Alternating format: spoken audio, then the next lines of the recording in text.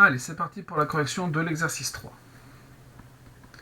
Un exercice qui paraît long, en tout cas dont l'énoncé est long parce qu'il y a beaucoup de choses à dire, donc un exercice sur les systèmes, mais vous allez voir que finalement il n'y a pas tant de travail que ça dans cet exercice. Donc il y a 3 produits qui sont fabriqués par une usine, les produits P1, P2, P3, qui passent dans 3 ateliers, l'atelier A, l'atelier B, l'atelier C. On nous demande, première question, de dire pourquoi chercher le nombre de produits P1, P2, P3 qui correspond à certaines contraintes peut être trouvé par la résolution d'un certain système. Pour ce faire, on va commencer par poser des inconnus, donc x, le nombre de produits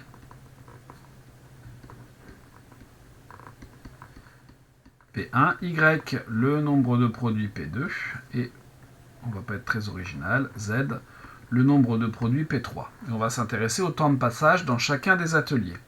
Dans l'atelier A, d'après l'énoncé, on nous dit qu'il faut 2 heures pour les produits P1 dans l'atelier A. Donc si je regarde le temps de passage, j'aurai besoin de 2x heures de travail dans l'atelier A pour les produits P1. Ensuite, on nous dit que les produits P2, ils vont dans l'atelier A pendant 5 heures. Donc 5 fois Y pour les produits P2. Et pour les produits P3, eux, ils y vont pendant 3 heures. Donc ça, c'est la quantité de temps nécessaire à la fabrication de tous les produits P1, P2, P3 dans l'atelier A. Et dans l'atelier A, on a 104 heures de travail. Dans l'atelier B, vous avez un petit peu la même chose, sauf que les produits P1, ils y vont 1 heure, les produits P2, ils y vont 3 heures, et les produits P3, ils vont dans l'atelier B pendant 2 heures. Et dans l'atelier B, on a 64 heures de travail. Et dans l'atelier C, le principe est le même. On a 1 heure de travail pour les produits 1, on a 2 heures de travail pour les produits 2, et on a également 2 heures de travail pour les produits P3, pour un total horaire de 55 heures. Donc on a 3 équations qui sont celles que j'ai écrites, qui doivent être vérifiées simultanément, donc, d'où le système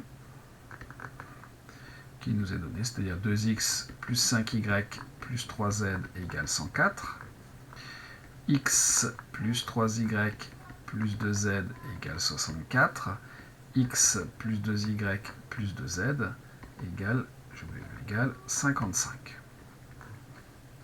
Donc voilà le système. Question B, quelles sont les quantités P1, P2, P3 qui sont fabriquées? Implicitement, ce qu'on nous demande là-dedans, c'est de résoudre ce système. Donc on va le résoudre. Donc la première chose à faire, alors pour m'éviter une recopie, je vais partir directement de ce système, bien sûr, ça je vais appeler ça L1, L2, L3. Je vais commencer par ramener une des 2 lignes-là en première position, de façon à avoir un coefficient 1 pour commencer, parce que comme on l'a vu, c'est quand même plus pratique. Donc je vais écrire ça ici, x plus 2y plus 2z égale 55, qui sera ma nouvelle première ligne. Donc dans la ligne 1, j'ai ramené la ligne 3. Ensuite, je vais recopier les 2 autres. X plus 3y plus 2z, je n'y touche pas, égale 64. Et 2x plus 5y plus 3z égale 104. Ça, c'est ma ligne 3 qui était l'ancienne ligne 1.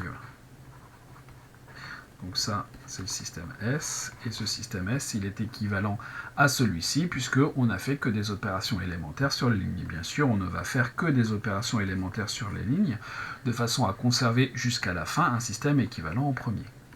Donc on a x plus 2y plus 2z égale 55. Maintenant que j'ai fixé cette première ligne, je ne vais plus y toucher. Ma ligne 2, je vais faire la ligne 2 moins la ligne 1. Donc x moins x, il n'y en a plus. 3y moins 2y, il n'y en a plus qu'un seul y. 2z moins 2z, il n'y en a plus. Ça se passe quand même super bien. Égale 64 moins 55, ce qui nous fait 9. Donc ça, c'est plutôt sympathique. C'est quand même assez rare de tomber directement sur y. Donc ça, j'ai fait ici L2 reçoit L2 moins L1. Et dans la ligne 3, qu'est-ce que je vais faire? Je vais faire L3 moins 2 fois la ligne 1. Donc 2x moins 2x, il n'y en a plus. 5y moins 4y, il me reste y. 3z moins 4z moins z égale 104 moins 2 fois 55. Donc 2 fois 55, ça nous fait 110. 104 moins 110, moins 6. Et donc là, celle-là, j'ai fait L3, reçoit L3 moins 2L. Donc, je n'ai fait que des opérations élémentaires, donc j'ai bien une équivalence. Et ici, je vais faire la même chose que des opérations élémentaires. Cela étant, on remarque que y est égal à 9. Donc, je peux directement remplacer ici le y par 9. Hein. Donc, j'aurai x plus 18 plus 2z égale 55. J'ai toujours mon y qui vaut 9. Et je peux remplacer directement y par 9 là-dedans. Mais je peux également dire que z sera égal à y, moins y plus 6, c'est-à-dire moins 9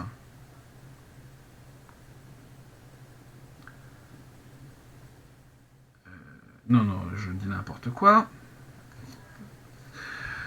Donc, ça sera donc y plus 6, et donc 9 plus 6, ce qui nous fait 15.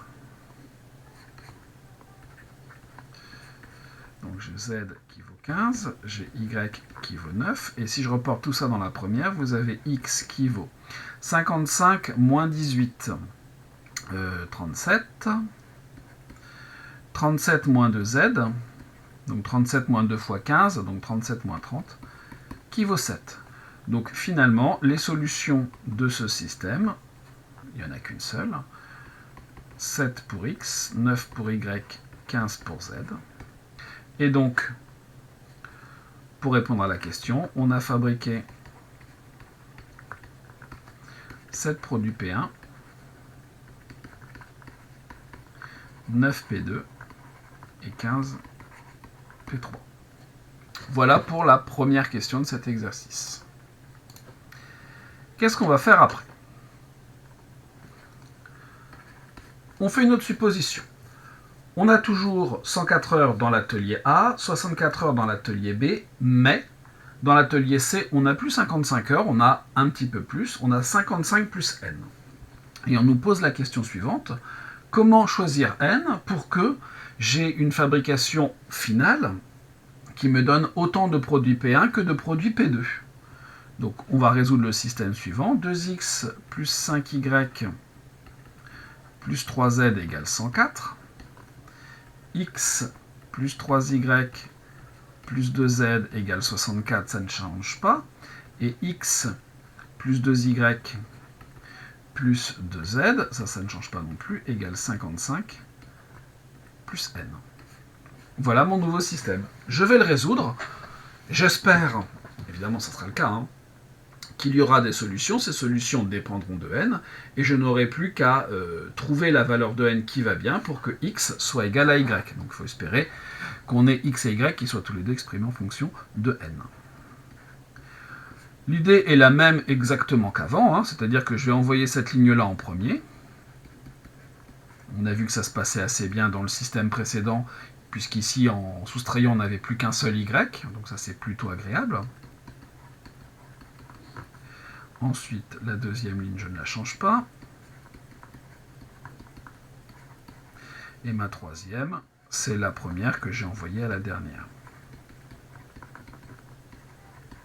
Je ne réécris pas les opérations, c'est les mêmes exactement qu'avant. Alors si jamais il y a changement, hein, je réécrirai par la suite, bien sûr. Ma première ligne, comme toujours, je n'y touche pas. Je n'y touche pas, je n'y touche plus. Ma deuxième, je vais faire la deuxième moins la première. X moins x, il n'y en a plus. 3y moins 2y, ça me fait y. 2z moins 2z, il n'y en a plus. 64 moins 55 plus n. Donc 64 moins 55, ça nous fait toujours 9. Et donc ici, j'ai 9 moins n. Donc y, ça n'est plus 9. Cette fois, c'est 9 moins n. Bon. Ma ligne 3, je vais toujours prendre la ligne 3. Et je vais toujours lui retrancher 2 fois la ligne 1.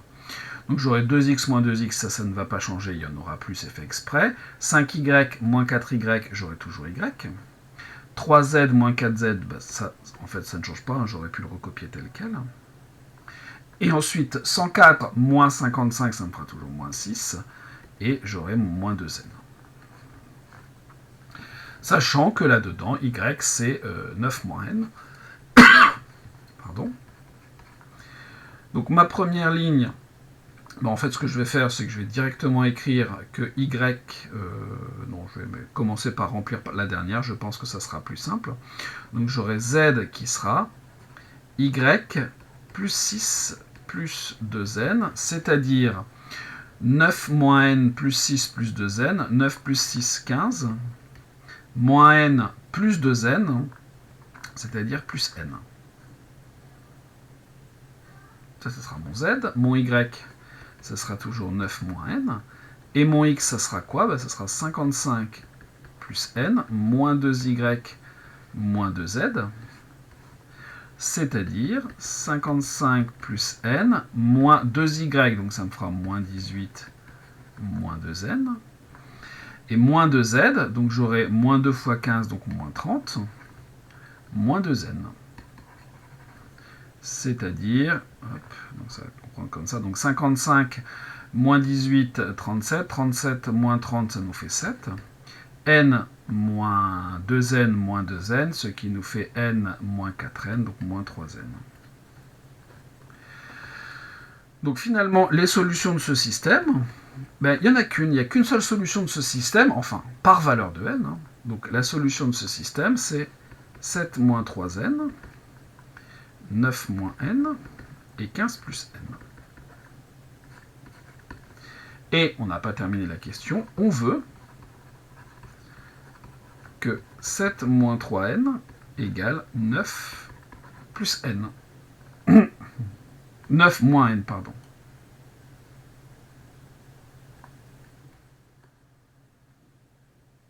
C'est ça. C'est-à-dire qu'on veut que... alors il y a un souci parce que je vais avoir 4n ici égale 7 moins 9. Il y a quelque chose que j'ai pas dû bien faire.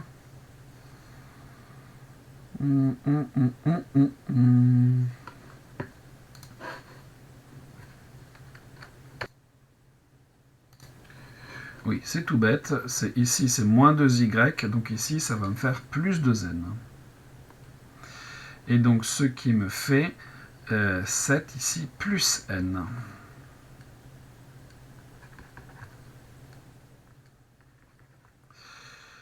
Voilà, c'est beaucoup mieux. Puisque j'aurai donc 2n égale 9 moins 7 égale 2. N égale 1. Donc si on veut qu'il y ait autant de produits P1 et P2 de fabriqués, il faut et il suffit que n soit égal à 1, et c'est la seule valeur. N égale 1 est la seule valeur possible. Et la seule valeur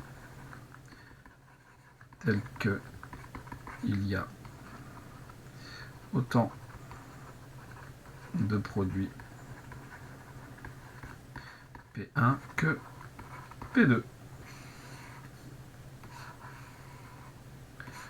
Voilà pour cette deuxième question. Question d'après. Cette fois, on a encore quelque chose qui change. Donc après certains réglages, le temps de passage dans l'atelier P2 est maintenant de m heures. Le temps de passage dans l'atelier B pour le produit par P2 est de m heures et non pas 3 heures. Donc lors d'un nouveau programme de fabrication, on a des horaires qui sont différents, et donc on va obtenir le système suivant.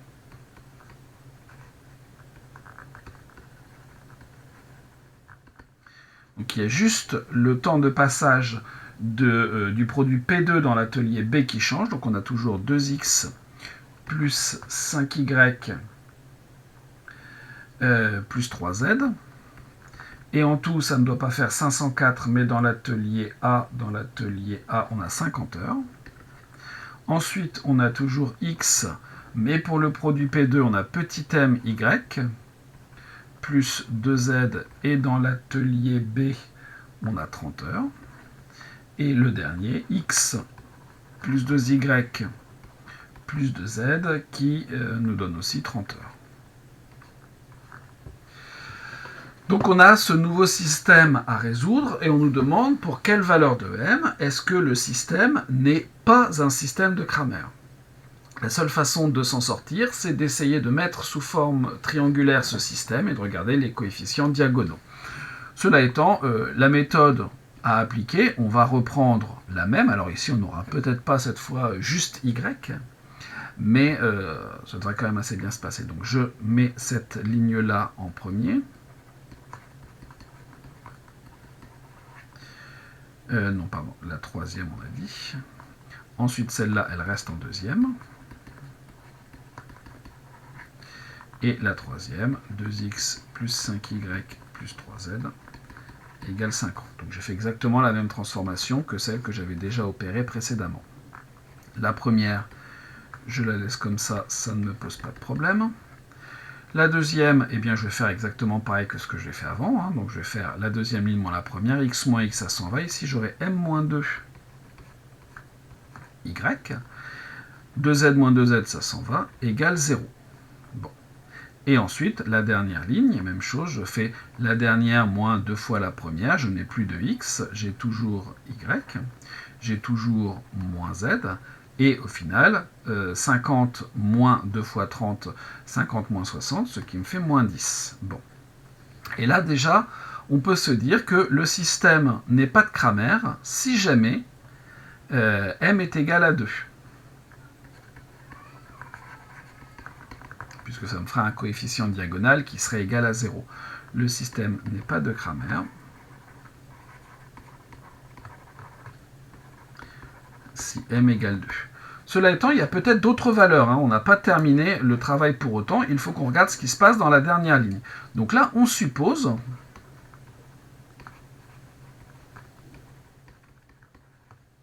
que m n'est pas égal à 2. Qu'est-ce qui se passe? Donc on a x plus... c'est 2 ou c'est 3? C'est 2y plus 2z qui est égal à 30. Si m n'est pas égal à 2, forcément vous avez y qui vaut 0. Et forcément ici vous avez z égale 10. Donc si m n'est pas égal à 2, on a bien un système de Cramer. Donc la question, on y a répondu. 2, m égale 2 est la seule valeur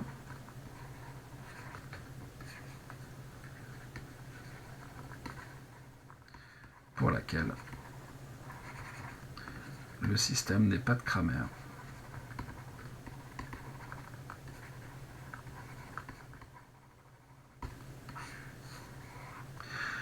Quelles sont alors les quantités produites? On va terminer la résolution de ce système. On sait que z égale 10, que y égale 0. Donc il reste à dire que x égale 30 moins 2y moins 2z, y égale 0, z égale 10, ce qui nous fait 30 moins 0, 0, 0 moins 20, 10. Donc x égale 10, y égale 0. Donc, non, c'est la parenthèse ici et la collade après. Donc, on a produit 10 P1, 0 P2 et 10 produits P3.